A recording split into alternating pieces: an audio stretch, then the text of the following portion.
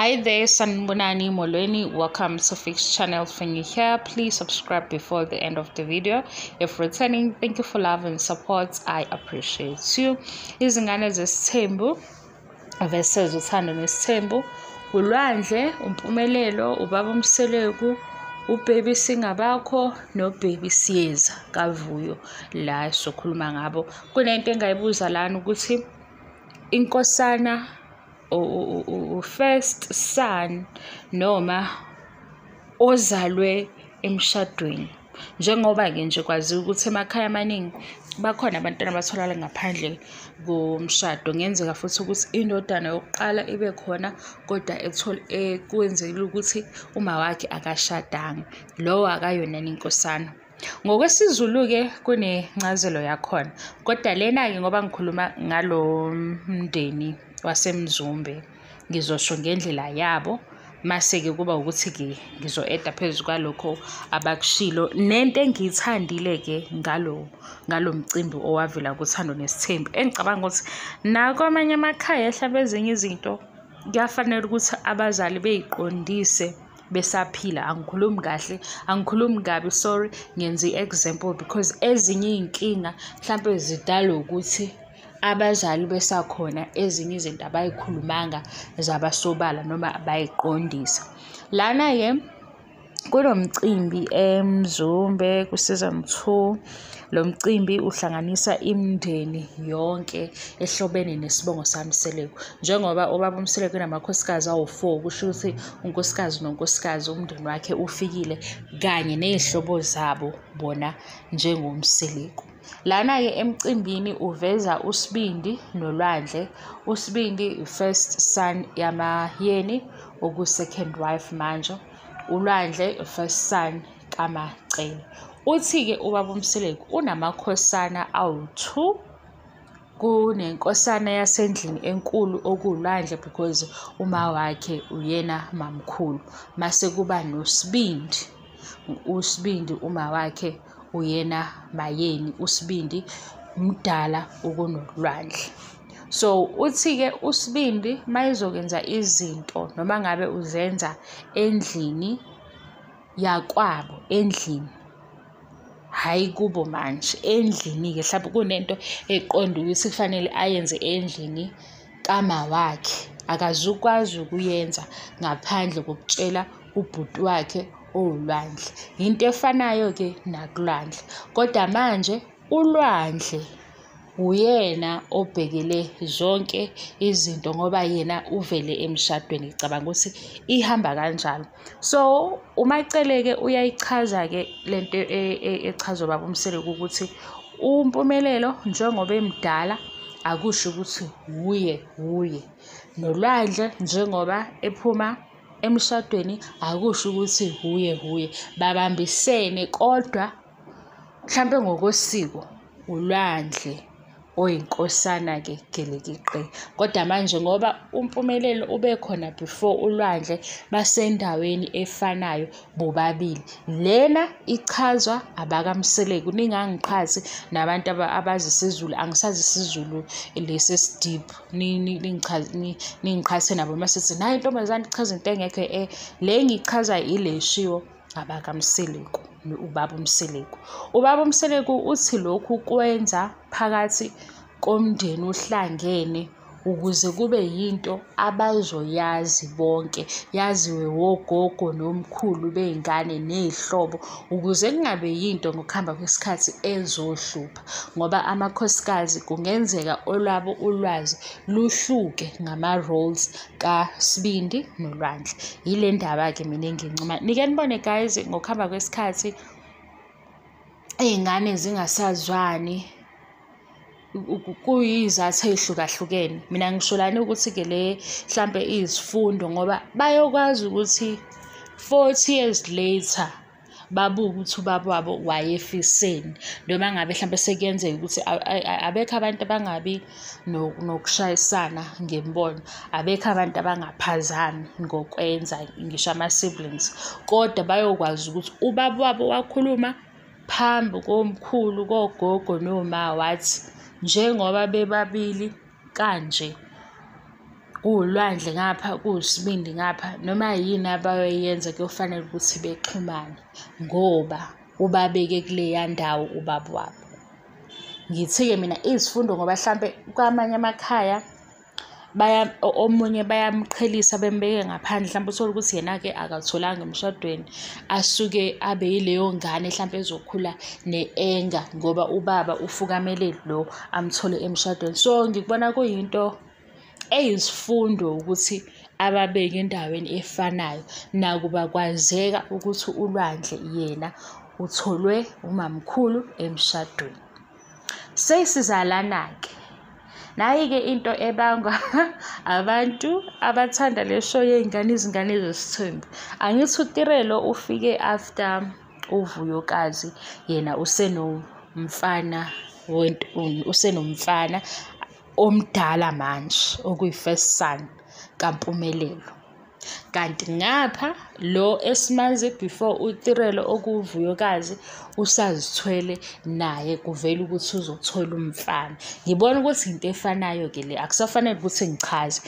Mayethi ubaba uMseleku unamakhosana awu-2 ebala ulwandle nosibindi, okusho ukuthi noMpumelelo unento efana nekababa wakhe ngoba nangu uSinga usekhona, usemdala, kunobhuti wakhe ozayo, okungenzeka ukuthi ubhuti wakhe lo mncane uma wakhe uzoshesha ashade, okuzoba yena u-first wife okuwuVuyo, because abantu la ku-social media bathi yes, uVuyo uzothola inkosana.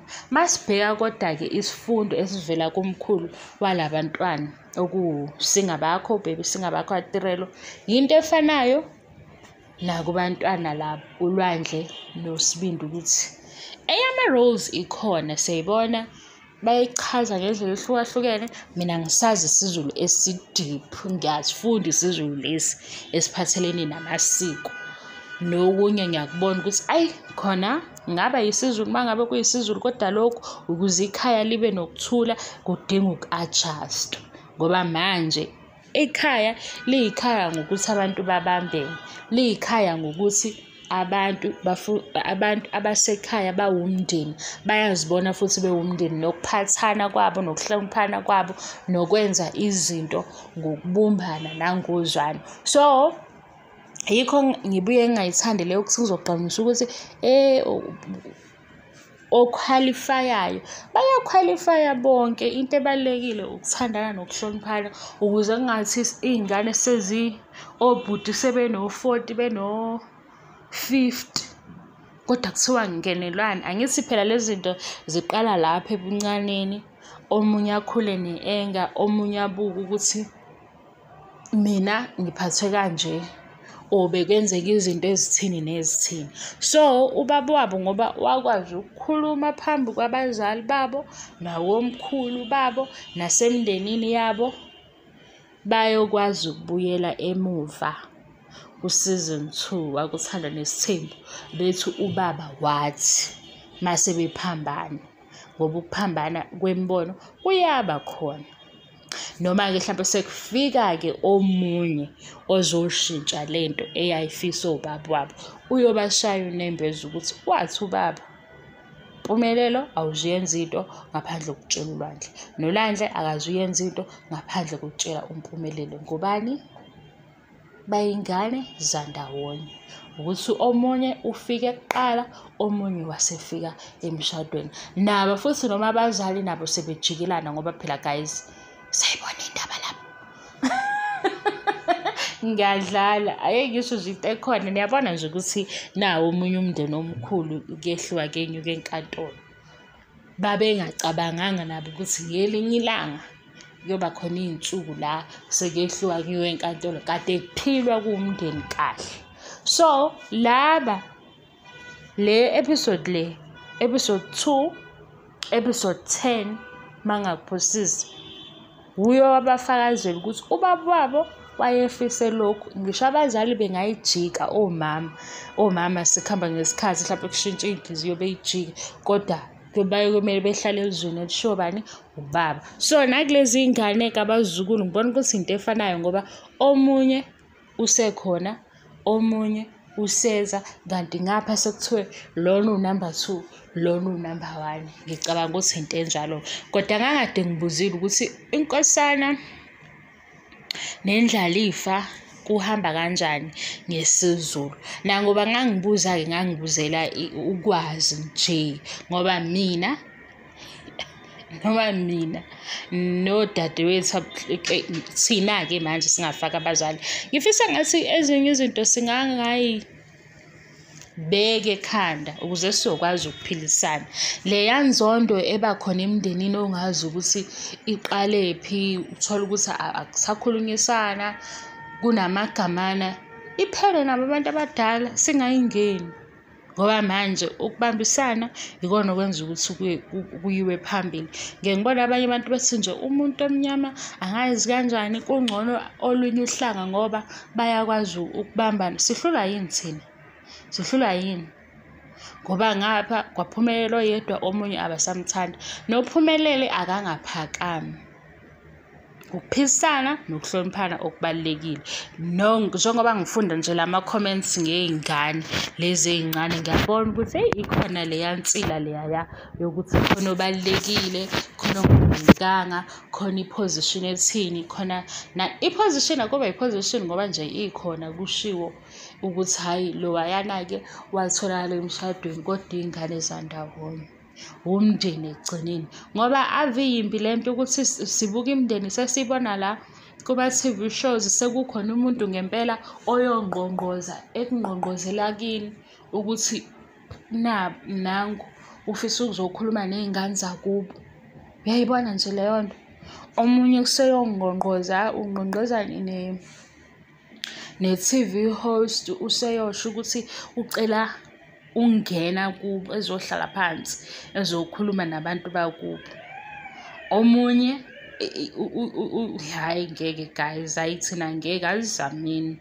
Ezinye izinto ayinzima kodwa phela-ke ungaphoqi kulamafamily lawa atoxic wangempela, laba baze bedlisane ngisho imithi, labo-ke nje babalekeleke labo kusuke kungasiwo nje umndeni, kusuke kuyibhadi lakho, kusuke kuyibhadi ngempela uma umndeni unjalo.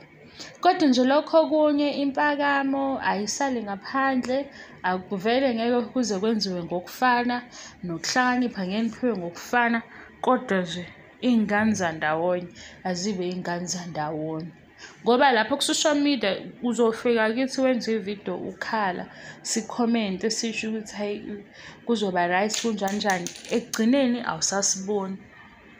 Ekugcineni angeke futhi sibe ne-energy yokubuyela njalo kuwe sisho ukuthi hayi bambelela kanjani. Kanti abantu bakini mawusondele nabo nizama ukuphilisana ngeqiniso, izinto mase zikuxaka uyazi ukuthi uzobaleka uye kobani. Hayi-ke bengaqondile ukufika la mina bengifuna ukunitshela ukuthi laphayana ingane yaVuyo nengane yaTirelo into efanayo lekaSibindi noLwandle. uSibindi nje uphila impilo kababa wakhe kahle kahle, asazi ngathi ukuthi ngempela iyona vele indlela ayibone ngayo ukuthi izomsebenzela, kodwa uphila impilo kababa wakhe ngoba phela naye usenayo ugirl ngaphambili, nobaba wakhe naye ube nogirl ngaphambili. Hayi ngeke hayi bengeke ngize ngihlale ngingahleki, ngiyaxolisa. Angithi khona uSine, khona umhlophekazi, khona uSibindi, kukhona uSinga, sekuzoza omunye khona uLwandle. Hayi cha bandla, waze angazi ukuthi kuthiwa yini. Hayi waze wamphila-ke ubaba wakhe uSibindi, uphila nje impilo kababa wakhe ngoba phela nale ngane le aseyiphethe manje ifana nje njengaye ngokuthi naye ube khona before uLwandle, noSine futhi ube khona before uMpumelelo, nomhlophekazi ube khona. Hayi kufana nse, kodwa-ke ezinye izinto-ke engazenza ngendlela ehlukile kunekababa wakhe ngoba sikhona isikhathi sokuthi enze njalo, nobaba wakhe futhi wamchazela ukuthi okunye engakwenza ungakwenzi. Hayi sengiphumile-ke lapho benginichazela leyo nto leyo lo ukuthi inkosana indlalifa, ngiphinde futhi inkosana nendlalifa bakhona abazisizulu esichazayo ukuthi inkosana onjani, indlalifa onjani. Mina ngithi iy'ngane zandawonye azibambisane, zingahletshwa abantu, zinganikezelani ezitheni, ngoba uma udala uqhekeko phakathi kwey'ngane umema isitha. Into-ke eyayenzeke-ke leyo, ngisho kule mindeni emikhulu okunamabhizinisi amakhulu, uthola ukuthi kuba kubi ngale ndlela ukuthi sebecishe bebulalana abantwana bandawonye, sebehamba ey'nkantolo ngezinto nje abangahlala bey'khulume ekhaya. Abangahlala nje ekhaya bey'khulume ziphele, ngoba ezinye izinto zidinga ukuthi kukhulunywe iqiniso, kubekwane esithombeni. Okufanele ukuthi acele uxolo. Kodwa manje ngoba amalungelo afana ey'nkantolo. Nakho-ke lokho angisho ukuthi kuyiphutha, ngoba ngampela kungenzeka ukuthi ezinye izimo ezenzeka kwamanye amakhaya nekweminye imindeni zisuke zayiphoqa ukuthi angene enkantolo. Vale-ke le video, ngiyabonga isikhathi sakho ne-support ongipha yona. Thank you so much. Bye bye.